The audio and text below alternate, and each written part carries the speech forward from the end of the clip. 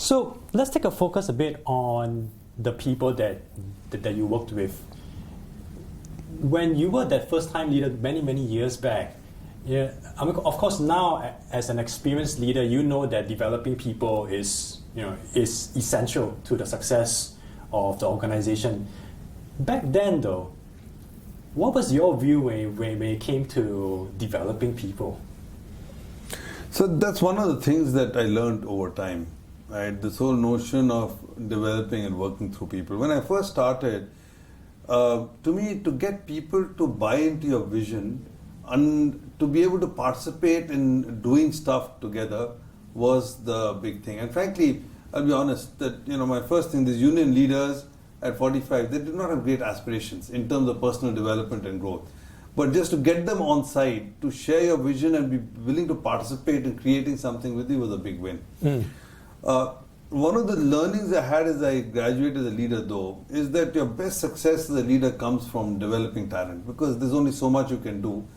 If you can develop talent and people and let them grow, you can get exponential outcomes. And therefore, the idea of frankly, I saw it in myself. I saw how people who are my leaders helped develop me in a whole range and diversified skills. And I realized that if my own development was so helpful in creating outcomes, then my ability to develop other people should give me the similar kind of outcomes. And so being able to help people create better outcomes for themselves, whether in their thinking, whether in the way they manage their business and the way they manage their own people, that's something I learned slowly over time. So then, in order to be able to identify what really motivates someone to work hard, that would have meant that you have needed to have those conversations where you can understand their motivations, and also at the same time communicate what's the expectation that's required out of that.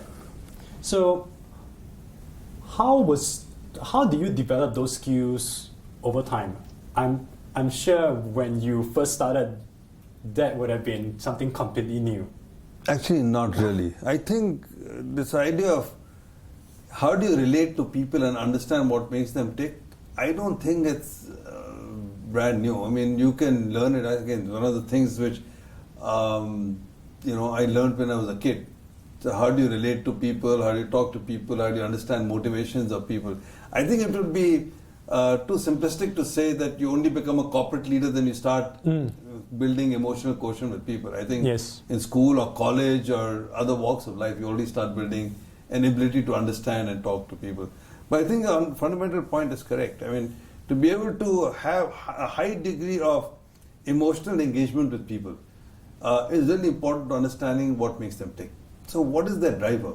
Is it growth? Is it impact? Is it money? Is it just appreciation? Is it recognition? And it's not always the same for everybody.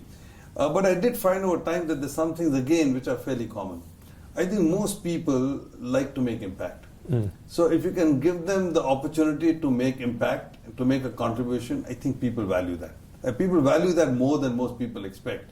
So the ability to grow, the ability to have development, the ability to see a career, I think that's very important to people. More than just sheer dollars and cents and money. But other times, just being able to honestly express their own views and have somebody give them a fair listening, that's important to people. So I don't think this is the stuff which you necessarily only learn when you become an experienced leader. I think you learn it all the way through life.